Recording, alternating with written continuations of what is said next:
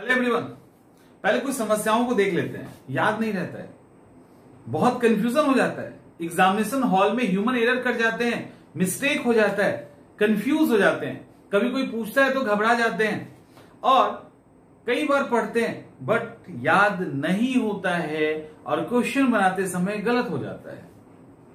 Confusion, human error, याद नहीं होना, कई सारे सवाल है ना। कभी डायग्नोस करने की कोशिश की है आपने? कभी सोचो डायग्नोस करने की कोशिश की है? कुछ ऐसा सेक्शन है हमारे नोट्स के अंदर, मतलब किताब के अंदर, नोट्स के अंदर, जो आपको याद करना ही करना है। अच्छा, आप में से बहुत सारे लोगों को हनुमान चालीसा याद होगा ना, बहुत सारे लोगों को गायत्री मंत्र भी याद होगा और उसमें भी बहुत सारे ऐसे होंगे जिनको महामृत्युंजय मंत्र का भी जाप याद होगा और जो नॉन हिंदू हैं बाइबल के अंदर का भी बहुत सारा जो याद होने वाला वर्ष वो याद होगा और कुरान की भी बहुत सारे आयतें याद होंगी।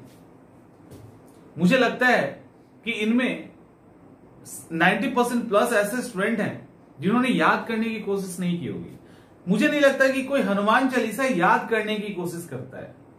जहां तक मेरा एक्सपीरियंस है कि हम लोग डेली उसको पढ़ते रहते हैं और पढ़ते पढ़ते कब याद हो जाता है पता ही नहीं चलता। गायत्री मंत्र पढ़ते रहते हैं, उसी तरह से नॉन जो हिंदू रिलीजन की किताबें हैं उसके अंदर भी ये चीजें होती हैं। पढ़ते रहे और पढ़ते पढ़ते याद हो गया। एक बार सोचो, कभी याद करने की कोशिश की?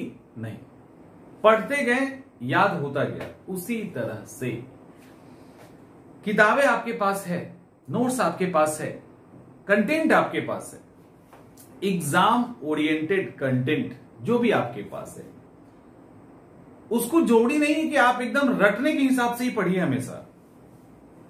लेकिन जो रिवीजन जिसको कहा जाता है ना, वो बार बार कीजिए, बार बार कीजिए। भानुचंद्र गोस्वामी, मुझे याद है हमारे सीनियर अभी आईएएस हैं, एनसीईआरटी की किताब जो 12 वाली है, मॉडर्न एनसीईआरटी, उसको उन्होंने 33 टाइम्स पढ़ा था, मुझे याद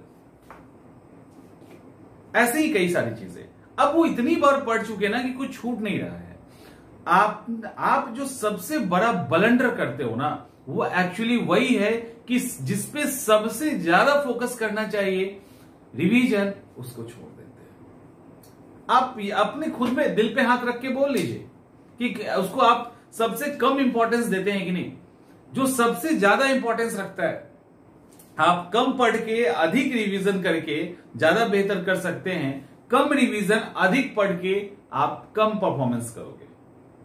तो आप जो भी ये शिकायतें आप लोगों की है ना, उसके पीछे कारण है कि आप बार बार उन कंटेंट को नहीं पढ़ते हैं और अब आपको लगता है ना कि हम बार बार याद करने की कोशिश करते, याद नहीं होता है, उससे स्ट्रेस बढ़ता है। मत याद करो।